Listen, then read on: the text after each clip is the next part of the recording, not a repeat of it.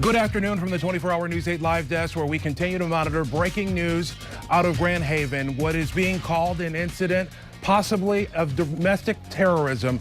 We have crews on scene covering this. This all started at around 6 o'clock this morning with a man who crashed through the gate at the Coast Guard facility there, the main facility right there along the Grand Haven Channel.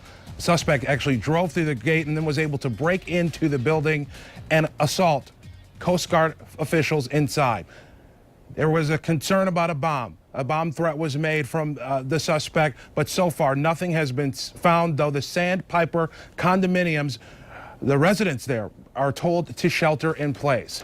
Now, this is all happening, as we said, there along the channel in Grand Haven. We have crews in two different locations there, one of which is across the channel, able to give us the best look at the actual vehicle that was involved in all of this and the investigators as they are working on this. 24-hour News 8's Mark Thompson is there to bring us up to speed on what we can see at this point.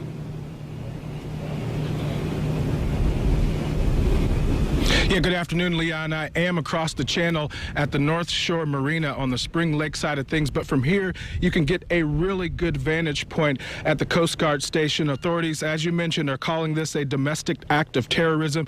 You can see that there are mobile command units in place. The FBI is on scene.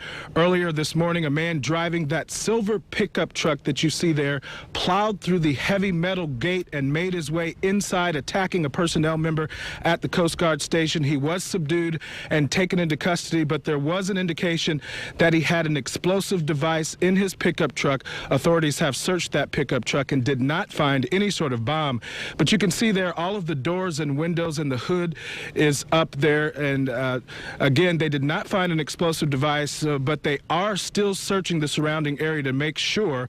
Now, we're told that the suspect is not from the Grand Haven area, but the question remains now, was he acting alone? This is why police are asking residents in the Grand Haven area to shelter in place as a precaution. And of course, anytime there's an attack on a branch of the armed services, you can imagine that the FBI and perhaps Homeland Security will be heavily involved. Of course, we will be out here following all of the latest developments, and we will provide updates as news breaks. Reporting live in Spring Lake, Mark Thompson, 24-hour News 8. Mark, thanks. Quickly now to Coco McAvoy, who is giving us another vantage point and really answering one of the key pivotal questions here, why the authorities have so quickly decided to call this a domestic terrorism situation. Coco is live for us, also in Grand Haven. Coco, good afternoon. Good afternoon, Leon. I just got off the phone with the Director of Public Safety, Jeff Hawk, and he answered that exact question for us. He says the reason that it's being investigated as an act of domestic terrorism is because it's an attack on a federal building. But he said so far, officials have not found any links to terrorism at this time.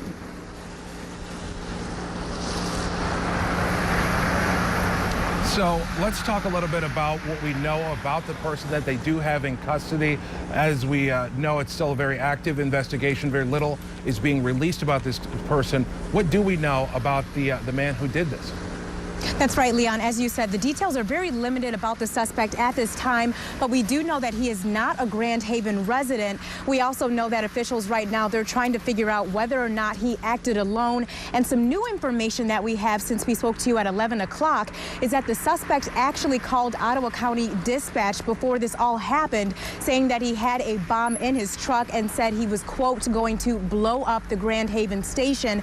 And actually, as that station was evacuating, that's when all of this ended up happening. His truck, he slammed it into that gate, and that's when he broke into the station and then ended up assaulting the personnel. So again, right now we're still working to learn more information about the suspect, but as I told you, I did speak to the Director of Public Safety, and he did say that they plan to send out a news release very soon, giving us a little bit more information. The suspect is not from Grand Haven. We're unclear on whether he is acting alone or not. The investigation is rapidly expanding into other areas of Michigan, and we're getting a lot of good help from MSP and the FBI. No indication of a motive at this time. That part of the investigation is still ongoing, and try to update you as soon as we know something. You were just listening to the Director of Public Safety, Jeff Hawk. We're going to stay in contact with him and with officials from the Coast Guard to give more information about the suspect, and we'll let you know as soon as we learn more. Leon? Okay, Coco, from your vantage point, what are you seeing in terms of manpower? We know that the state police, Grand Haven authorities, the ATF is involved. What are you seeing in terms of the number of people out there investigating this at this point? Yeah, Leon, actually, when I spoke to you at 11 o'clock, there was a little bit more manpower here in this area. I'm going to step out of the frame so you can see what's going on right now.